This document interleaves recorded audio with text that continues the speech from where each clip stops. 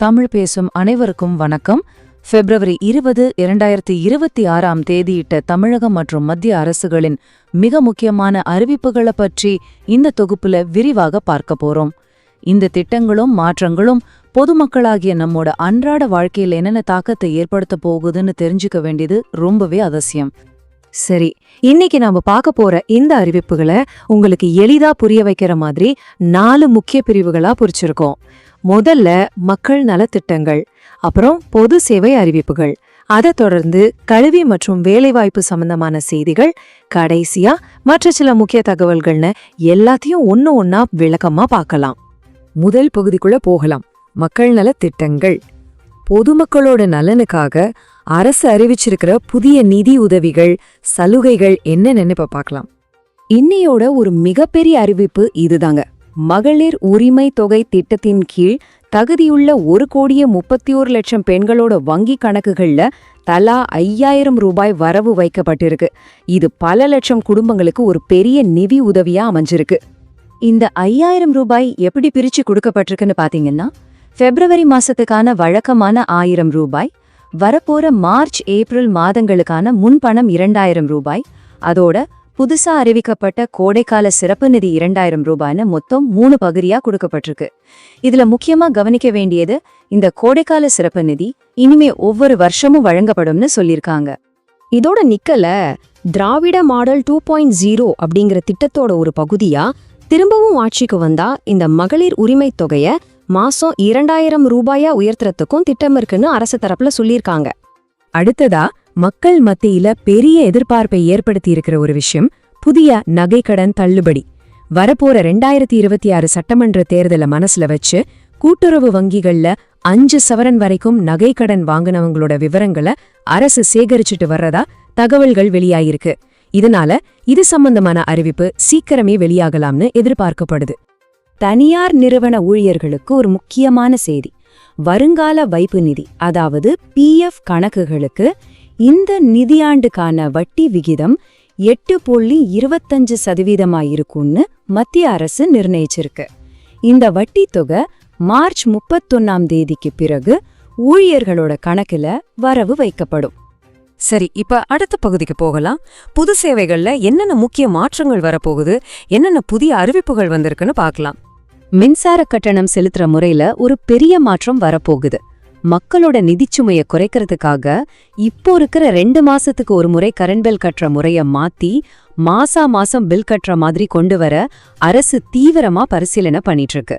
மாநிலம் முழுக்க ஸ்மார்ட் மீட்டர்கள் பொருத்துற வேலை முடிஞ்சதும் இந்த புதிய முறை அமலுக்கு வரும்னு தெரிவிச்சிருக்காங்க. அரசு போக்குவரத்து கழக ஊழியர்களுக்கு ஒரு மகிழ்ச்சியான செய்தி வந்திருக்கு.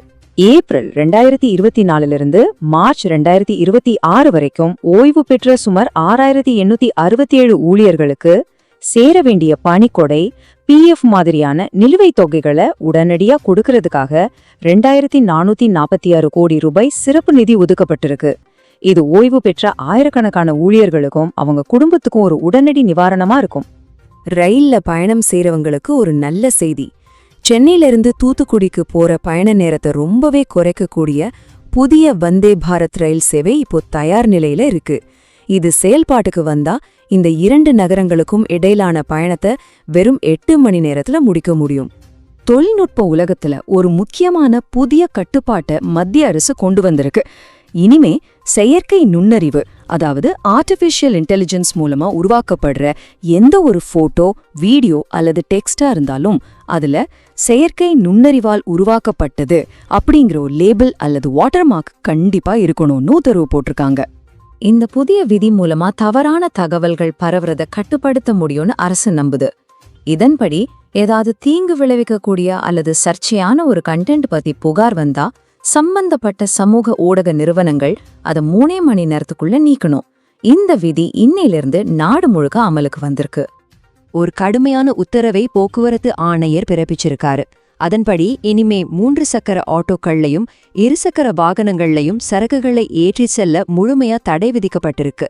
இது பயணிகளுக்கான வாகனம், சரக்கு ஏற்றக்கூடாது. இந்த விதியை மீறினா வாகனங்கள் பறிமுதல் செய்யப்படும்னு கடுமையா எச்சரிக்கை விடுத்திருக்காங்க. இப்போ மாணவர்கள் மற்றும் வேலை தேடிட்டு இருக்கிறவங்களுக்கான சமீபத்திய அறிவிப்புகள் என்னென்ன, தேர்வுகள் எப்போ நடக்கும், வேலைவாய்ப்புகள் பத்தின தகவல்கள் என்னன்னு பார்க்கலாம் வாங்க. அரசு தேர்வுகளுக்கு தயாராயிட்டு இருக்கிறவங்க ரொம்ப கவனமா கேளுங்க. ரயில்வே குரூப் 2 தேர்வுக்கு விண்ணப்பிக்க இன்னைக்கு தான் கடைசி நாள். ஜேஇஇ மெயின் 2வது கட்ட தேர்வுக்கு பிப்ரவரி 25ஆம் தேதிக்குள்ள விண்ணப்பிக்கணும். டிஎன்பிஎஸ்சி குரூப் 4 தேர்வர்களுக்கான சான்றிதழ் சரிபார்ப்பு பிப்ரவரி 24, 25ல நடக்குது. அதேபோல மாவட்ட கல்வி அலுவலர் தேர்வு தேதி மாற்றி மார்ச் 22ல இருந்து 25 வரைக்கும் நடத்தப்படும்னு அறிவிச்சிருக்காங்க. இன்னும் சில கல்வி மற்றும் வேலைவாய்ப்பு செய்திகள். ஆசிரியர் தகுதி தேர்வு அதாவது டெட் தேர்வுக்கு சிறப்பு பயிற்சி வகுப்புகள் ஏற்பாடு செய்யப்பட இருக்கு. காவல் உதவி ஆய்வாளர் தேர்வு முடிவுகள் பிப்ரவரி 24க்கு அப்புறமா வெளியிடப்படும். தேசிய திறனாய்வு தேர்வு முடிவுகள் ஆன்லைன்ல வெளியாகியிருக்கு. அதுல திருத்தங்கள் இருந்தா பிப்ரவரி 24க்குள்ள இமெயில் மூலமா சரி செஞ்சுக்கலாம். தொழில் தொடங்க ஆர்வம் இருக்கிறவங்களுக்கு வீடியோ எடிட்டிங் மற்றும் தொழில் மேம்பாடு குறித்த பயிற்சிகள் சென்னையில நடக்க இருக்கு. இறுதியா மாநிலத்துல நடந்த சில முக்கிய செய்திகளையும் மற்ற அறிவிப்புகளையும் இப்ப பார்க்கலாம். வானிலை தொடர்பான ஒரு முக்கிய தகவல். வங்கக்கடல்ல ஒரு புதிய காற்றழுத்த தாழ்வு பகுதி உருவாகிட்டு வருது. இதனால தமிழ்நாட்டோட கடலோர மாவட்டங்கள்ல மிதமான மழைக்கு வாய்ப்பு இருக்குன்னு சென்னை வானிலை ஆய்வு மையம் சொல்லியிருக்கு. அதே சமயம் மற்ற பகுதிகளில் வெப்பநிலை 2லிருந்து 3 டிகிரி செல்சியஸ் வரைக்கும் அதிகமாகும்னு எச்சரிச்சிருக்காங்க. மாநிலங்களவை தேர்தல் குறித்த அறிவிப்பு வெளியாகியிருக்கு. தமிழ்நாட்டுல காலியா இருக்கிற 6 இடங்களுக்கான முழு தேர்தல் அட்டவணைய இந்திய தேர்தல் ஆணையம் வெளியிட்டிருக்கு. இதன்படி வேட்புமனு தாக்கல் பிப்ரவரி 26ஆம் தேதி தொடங்குது. வாக்குப்பதிவும் வாக்கு எண்ணிக்கையும் மார்ச் 16ஆம் தேதி நடக்கும். மாநிலத்தோட மத்த சில முக்கிய நிகழ்வுகள். இறுதி வாக்காளர் பட்டியல் பிப்ரவரி 23ஆம் தேதி வெளியிடப்படுது.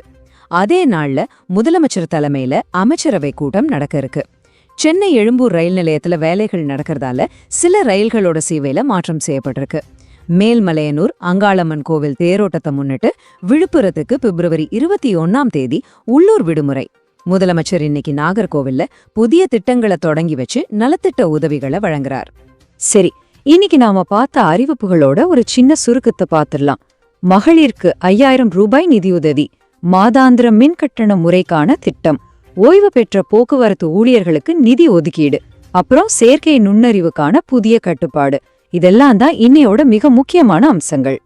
இவ்ளோ தகவல்களை பார்த்தோம். இப்போ நீங்க யோசிக்க வேண்டியது ஒண்ணுதான்.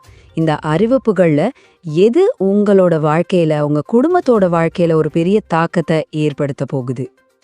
இந்த மாதிரி ration card updates, government scheme news எல்லாம் தெரிஞ்சுக்க மறக்காம சப்ஸ்கிரைப் பண்ணி வச்சுக்கோங்க. இந்த வீடியோ பத்தி நீங்க என்ன நினைக்கிறீங்கன்னு கமெண்ட்ல சொல்லுங்க. இது உங்க ஃப்ரெண்ட்ஸ் அண்ட் ஃபேமிலிக்கும் ஷேர் பண்ணுங்க. வீடியோ பிடிச்சிருந்தா லைக் பண்ணுங்க. தமிழ் பேசும் அனைவருக்கும் நன்றி.